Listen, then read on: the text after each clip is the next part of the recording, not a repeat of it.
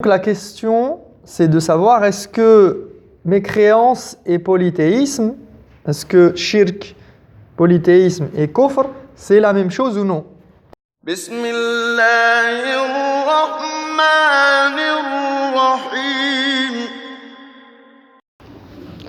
Assalamu alaikum wa rahmatullah. Bismillah wa salatu wa salam ala rasulillah wa ala alihi wa sahbihi wa man tabi'a huda wa ba'd.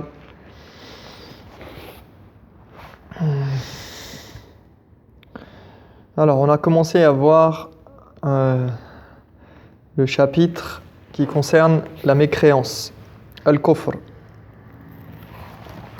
Al-matlab al-thani al-kufr. قلنا تعريفه أولا لغة الكفر لغة يطلق على الستر والتغطية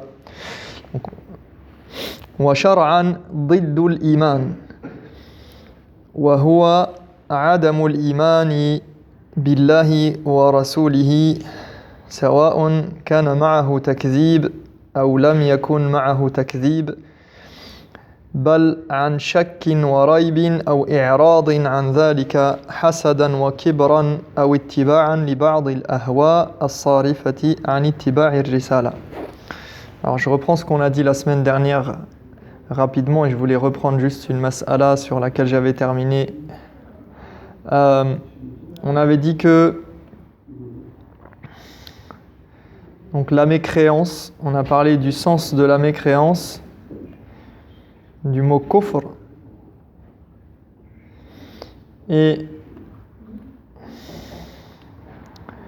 on a dit que la définition qu'on nous donnait ici en arabe, le mot kufr, s'utilise pour exprimer le fait de cacher et de couvrir. وقلنا إن العرب كانوا إذا استعملوا كلمة كفر استعملوها بمعنى ستر وغطى. Donc les Arabes utilisaient ce mot dans le sens de cacher et de couvrir. كفر يعني غطى وستر. وقلنا كانوا يسمون الليل كافر. Ils appellent la nuit, ils utilisent le mot kafir pour désigner la nuit par exemple, ou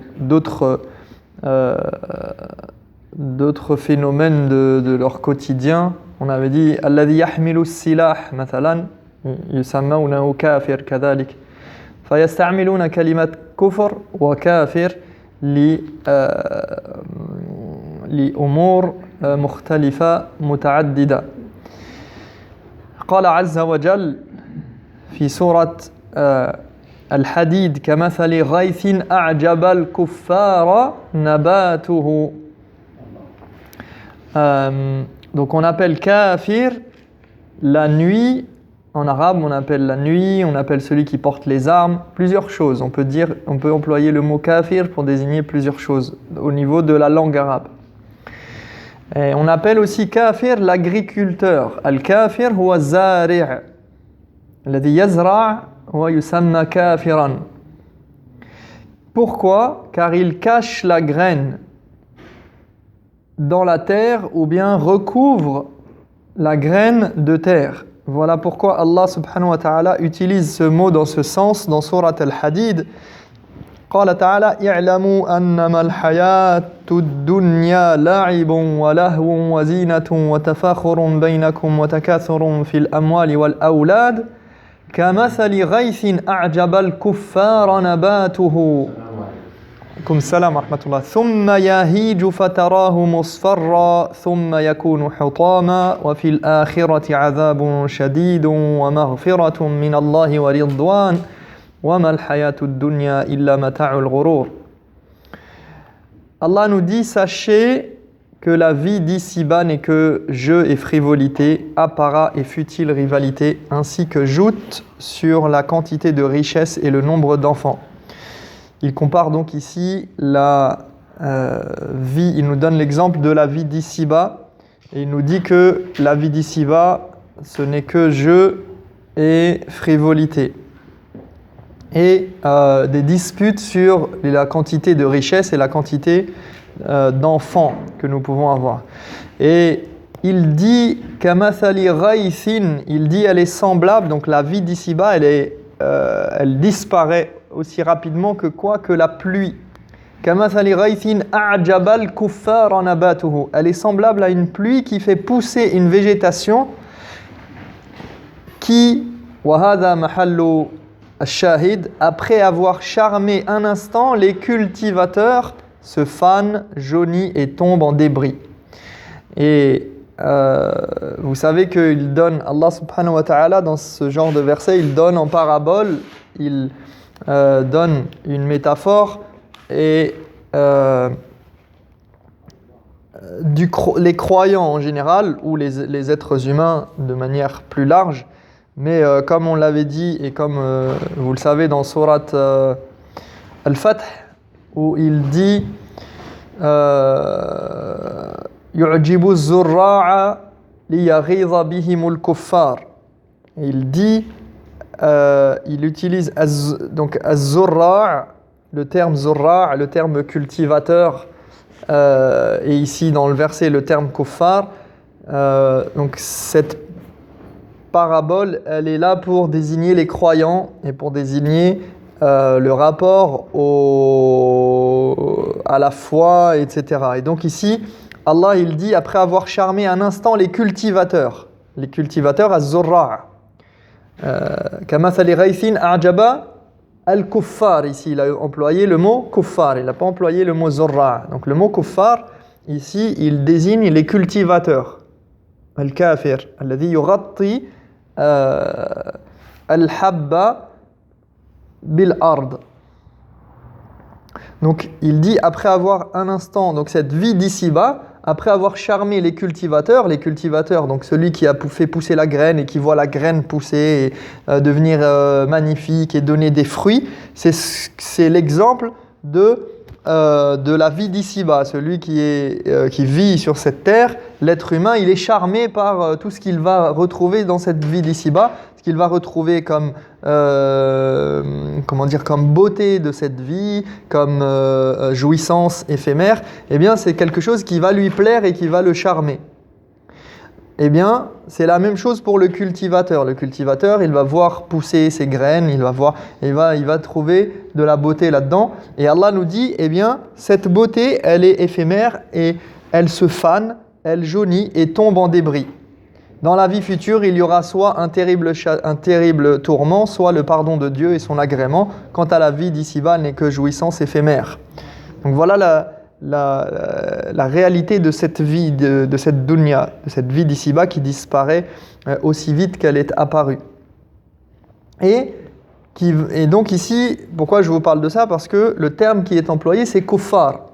Et kuffar, ici, dans ce verset-là, notamment, alors il y a des divergences chez les exégètes, chez les mufassiroun, mais il présente une des possibilités pour que ce verset il puisse vouloir dire les cultivateurs, donc ceux qui cultivent la terre, et donc le terme qui est employé ici c'est kuffar. Donc kuffar, le mot kufr, il s'emploie dans ce sens-là.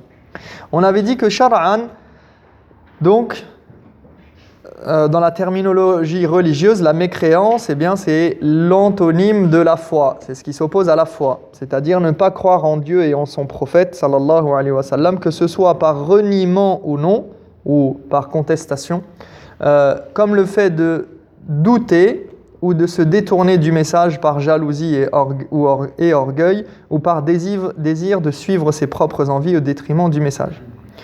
Donc voilà en gros les définitions qu'on a ici et ce dont on a parlé la semaine dernière. J'avais terminé sur une question que j'avais pas eu le temps de... je vais la reprendre juste pour ceux qui sont là. Et donc c'était, est-ce que le mot, puisqu'on a vu, le polythéisme, on a vu ashirk, et on a parlé de ce que c'était, des définitions relatives au polythéisme. Souvent dans les livres de Aqidah, dans les livres sur la croyance, qui traitent de la croyance, vous allez trouver que on vous parle de polythéisme et après on vous parle de kufr. Assez souvent dans cet ordre-là, mais bon, ça peut varier, peu importe.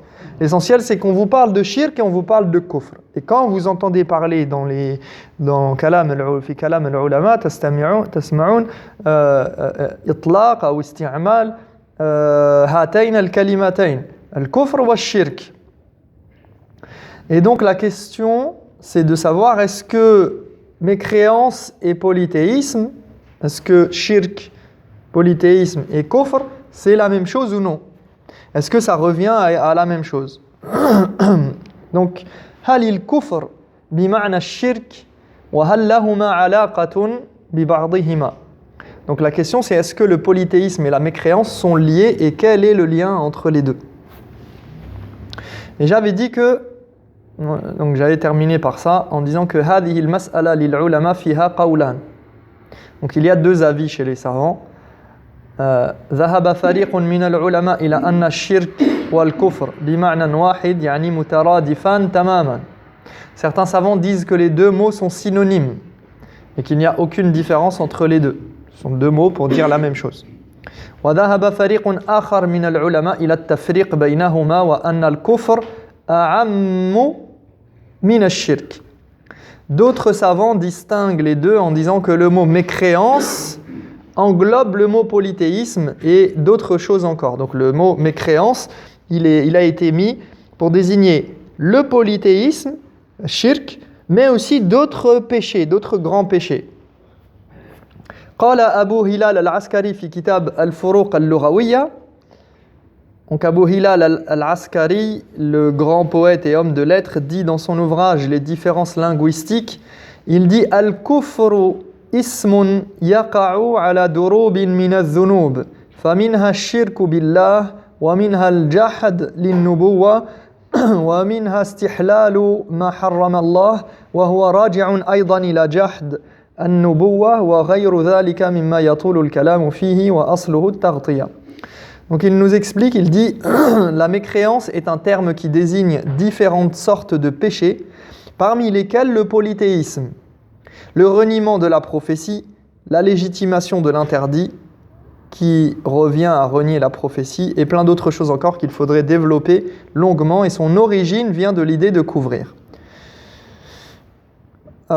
Donc ici il nous dit que le kufr englobe plusieurs choses. Il englobe le polythéisme, il englobe le shirk et d'autres aspects.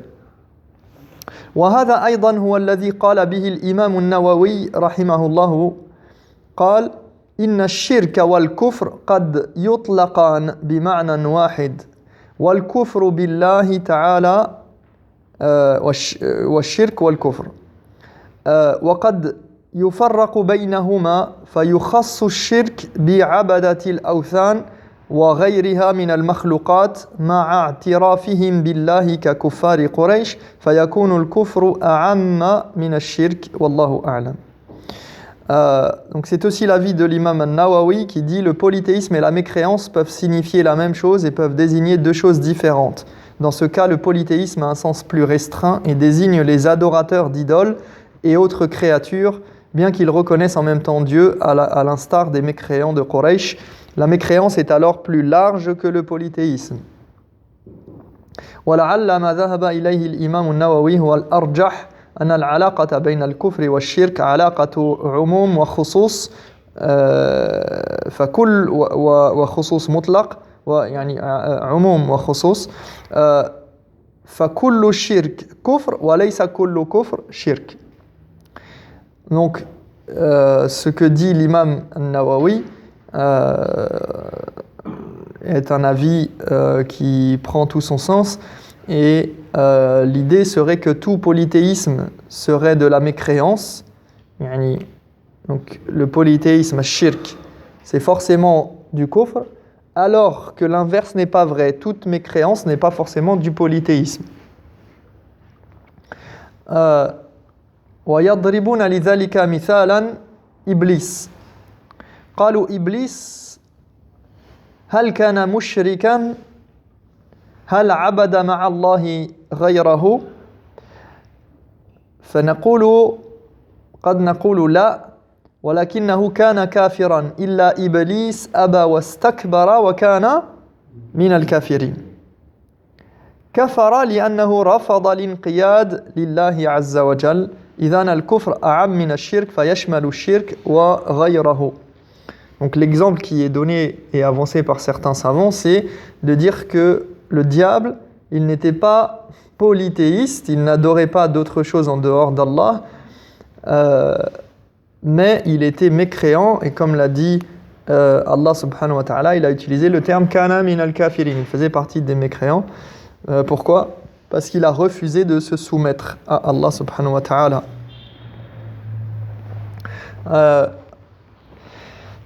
Et ceci nous amène à la règle que j'avais citée la semaine dernière. Je ne sais pas si quelqu'un s'en rappelle. Et ça, c'est une règle importante. C'est une règle que l'on retrouve dans les termes que l'on emploie, qui sont employés dans le Coran. Vous vous rappelez, j'ai parlé de al-birru wat-taqwa, wal-ithmu wal-udwan, la piété et la bienfaisance, le péché et la transgression. Est-ce que ce sont des synonymes ou non? Est-ce que musulmans et croyants, ce sont des synonymes? Hal al-muslim huwa nafs al-mu'min? Wa hal al-mu'min huwa nafs al-muslim? فماذا نقول؟ نقول العلماء عندهم قاعدة في ذلك قاعدة جليلة جميلة ومفيدة. Les savants ont une règle qui est très utile et qui permet comment dire, elle est facile à retenir en plus et elle permet de déblayer un petit peu tout ça et de ne pas confondre les choses et d'avoir un meilleur regard sur les textes. Et j'avais donné cette règle. Ils disent que ces termes-là ils ont des points communs. À un moment donné, ils se retrouvent. Mais parfois, ils ont des différences. Et si vous vous rappelez, j'ai donné cette règle qui était, on dit « إِذَا اجْتَمَعَ افترقا وَإِذَا افترقا اجْتَمَعَ ». Qu'est-ce que ça veut dire? J'ai dit, si les deux mots ils sont mis dans un même contexte, ils veulent dire deux choses différentes. إِذَا اجْتَمَعَ fi siyaqin wahid, si on les met ensemble, ils veulent dire deux choses différentes. Comme ce que j'ai cité tout à l'heure, wa ta'awanu, donc l'exemple de al-ithm wal-udwan wal-birr wat-taqwa, le verset où Allah dit wa ta'awanu 'ala al-birri wat-taqwa wa la ta'awanu 'ala al-ithmi wal-udwan. Allah nous dit entraidez-vous à ces bonnes choses, al-birr wa taqwa, et ne vous entraidez pas à al-ithm wa al-udwan. Entraidez-vous à la piété et la bienfaisance et ne vous entraidez pas au mal et à la transgression, ou au péché et à la transgression. Et donc ici, les ulama, ils disent, puisque c'est dans un même contexte, forcément, ça veut dire que ce sont deux choses, il y a une nuance entre les deux. La même chose pour muslim et mu'min. Lorsqu'ils sont dans un même contexte, ils veulent dire deux choses différentes. Lorsqu'on parle de muslim, eh bien, en même temps, on va parler de mu'min, alors ça veut dire qu'il y a quelque chose qui va les différencier. Et souvent, quelle est la différence? C'est comme vous le retrouvez dans le hadith, c'est le fameux hadith de Jibril, alayhi salam. Quand il est venu voir le prophète sallallahu alayhi wa sallam sous la forme d'un homme, un bédouin que personne ne connaissait, qui était habillé tout vêtu de blanc,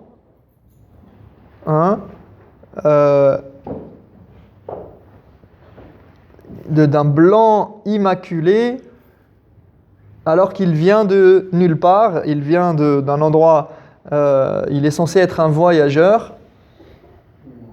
Shadidu sawad ash-sha'r, il est tout en blanc et les cheveux noirs de jet.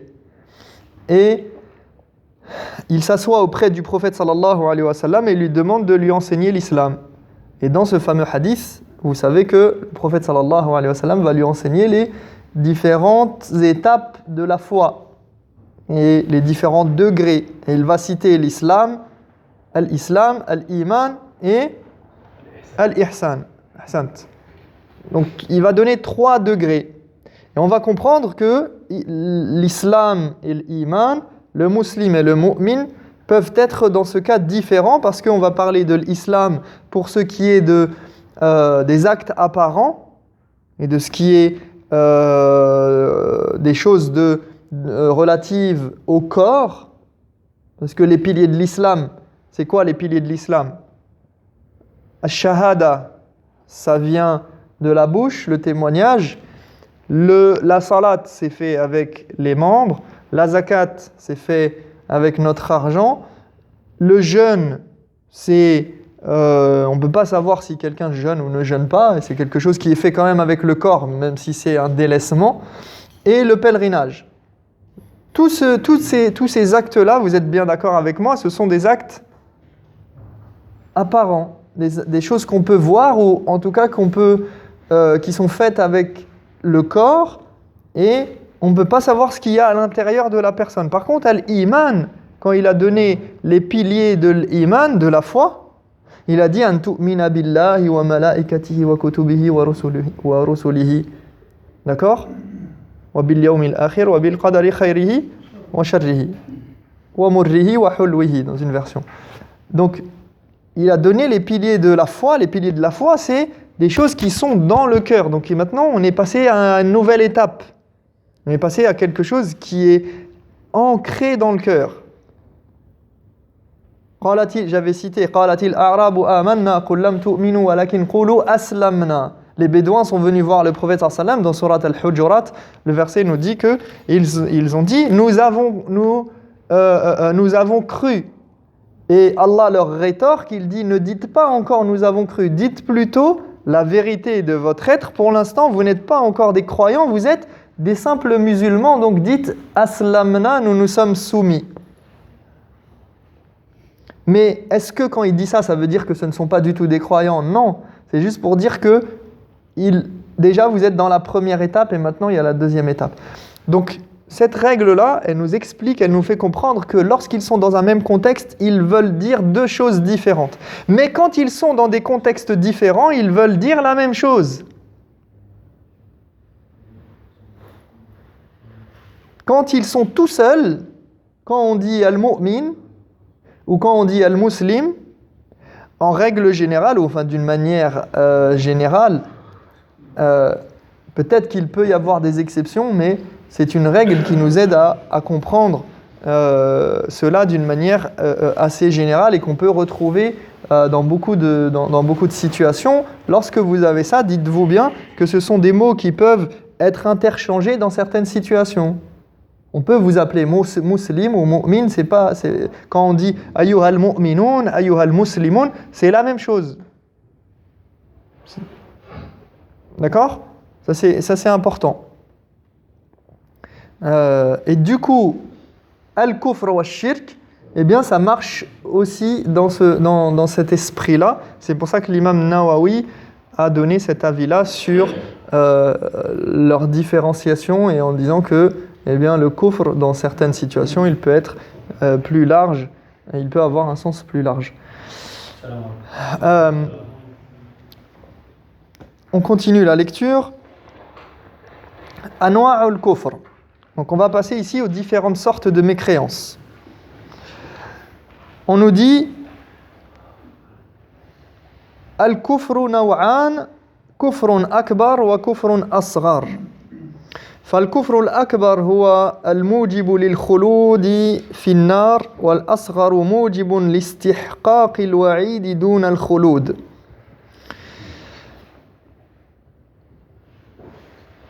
Donc on nous dit que la mécréance, elle est de deux sortes.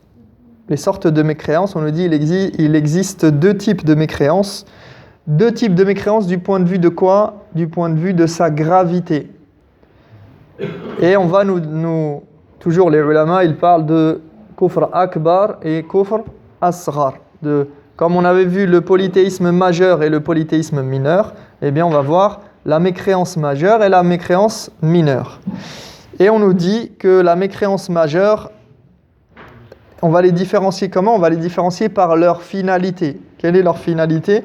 On nous dit la mécréance majeure est celle qui impose à son auteur l'éternité en enfer, qu'Allah nous en préserve, alors que la mécréance mineure impose de mériter la menace de terminer en enfer. Donc il y en a un qui impose l'éternité en enfer et l'autre qui impose pas l'éternité en enfer, mais qui pourrait générer ou aboutir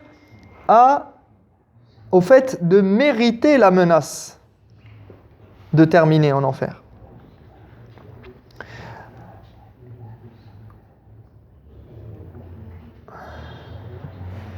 Et ici, on va donc commencer l'étude, et ça sera dans le prochain cours, Inch'Allah, juste pour introduire le sujet. On va parler, comme on a parlé de shirk akbar et de shirk asghar, on va parler de kufr akbar et de kufr asghar, et on va commencer par la mécréance majeure. Wa huwa idhan awalan al-kufr al-akbar, wa huwa khamsatu anwa', et on la classe en 5 types, et là on va retrouver les 5 types qui ont été cités dans l'introduction. Dans l'introduction, on nous disait que le sens du polythéisme, le sens de la mécréance, pardon, du point de vue de la terminologie religieuse, c'était ce qui s'opposait à la foi. Et on disait que ça s'oppose à la foi et que c'était le fait de ne pas croire en Allah et en son messager, que ce soit par contestation ou reniement, ou par doute, ou par opposition, ou par orgueil, ou par le fait de suivre ses passions. Et bien tout cela, on va le retrouver quelque part ici dans les 5 types de mécréance. Et donc les 5 types de mécréance qu'on verra, ça sera at-takdhib, al-iba wal-istikbar, al-shak, al-i'rad wal-nifaq. Et ici dans le livre, donc ici on a, on va les détailler point par point.